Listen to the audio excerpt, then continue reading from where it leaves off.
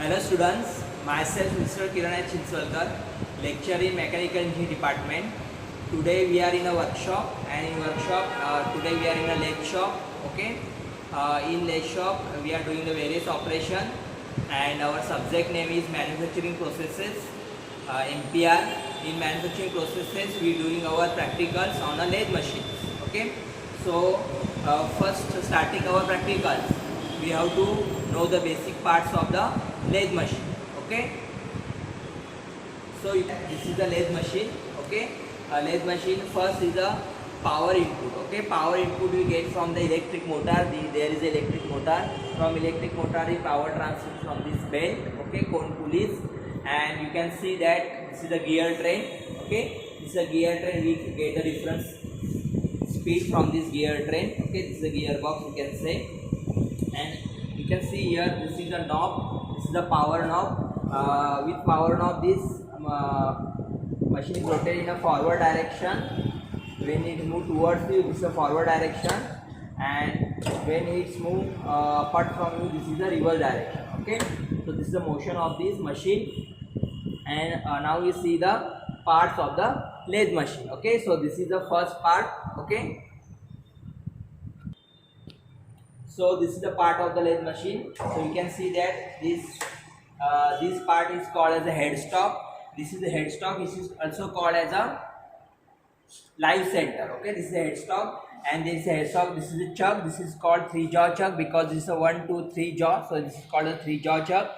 On the 3-jaw chuck, this is a workpiece round bar. You get this is the raw material, and this round bar is mounted hold in this chuck. Okay, with help of key. This is a chuck key. This is a chuck key, and with help of chuck key we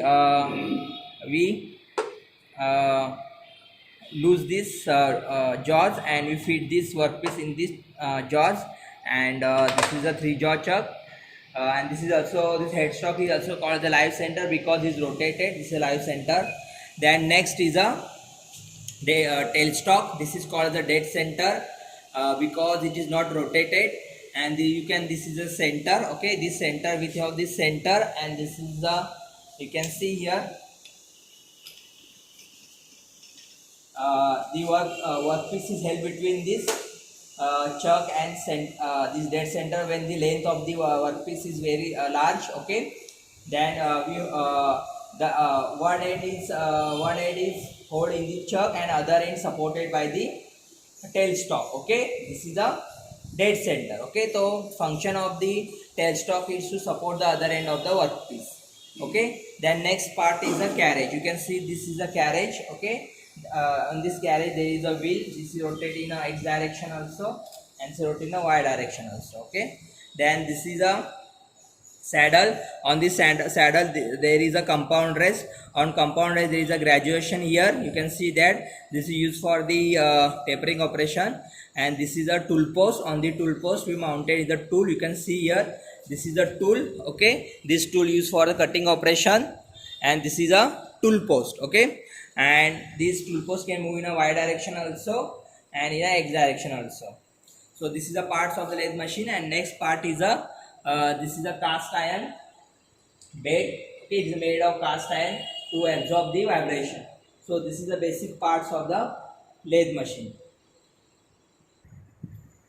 So now we see the actual drawing of the our job. Okay, so on the board you can see this is the drawing. This job you have to make. Okay, so in this there are various operation.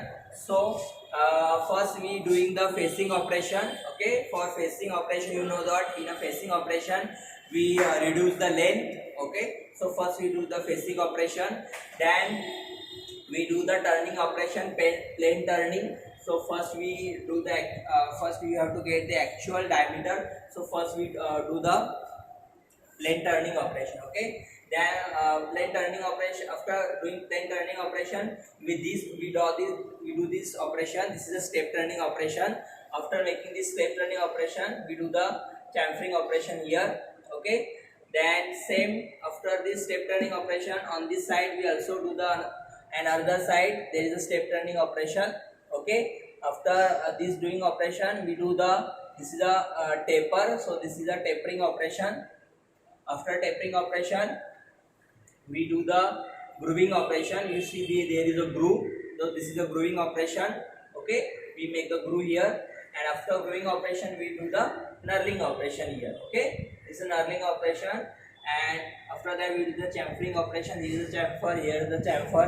So like this we complete the job.